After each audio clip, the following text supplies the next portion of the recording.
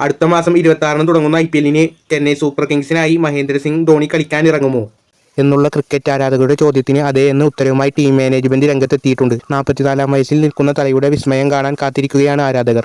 2008-ലാണ് മഹേന്ദ്ര സിംഗ് ധോണി ചെന്നൈയുടെ തലയായി എത്തിയത്. രാജ്യാന്തര ക്രിക്കറ്റിൽ നിന്ന് വിരമിച്ചതിന് പിന്നാലെ IPLന് മുമ്പ് ഉയരുന്ന ചോദ്യം ധോണിയുടെ അവസാന IPL ആയിരിക്കുമോ ഇതെന്നായിരുന്നു. അങ്ങനെ കടന്നുപോയത് 6-7 IPL സീസണുകളാണ്. 19-ാം സീസൺ തുടങ്ങുന്നതിന് 9 മാസം മുമ്പേ ഉത്തരം എത്തിയിട്ടുണ്ട്. ധോണി ഇത്തവണയും മഞ്ഞക്കുപ്പായത്തിൽ കളിക്കും. ചെന്നൈ ടീം CEO കാശി വിശ്വനാഥൻ ഇക്കാര്യം സ്ഥിരീകരിച്ചിട്ടുണ്ട്. ഋതുരാജ് ഗേക്വാദും ശിവൻ ദുബെ എന്നിവരുടെ വളർച്ചയിലും ധോണിയുടെ പങ്ക് വളരെ വലുതാണെന്നും CEO വ്യക്തമാക്കി.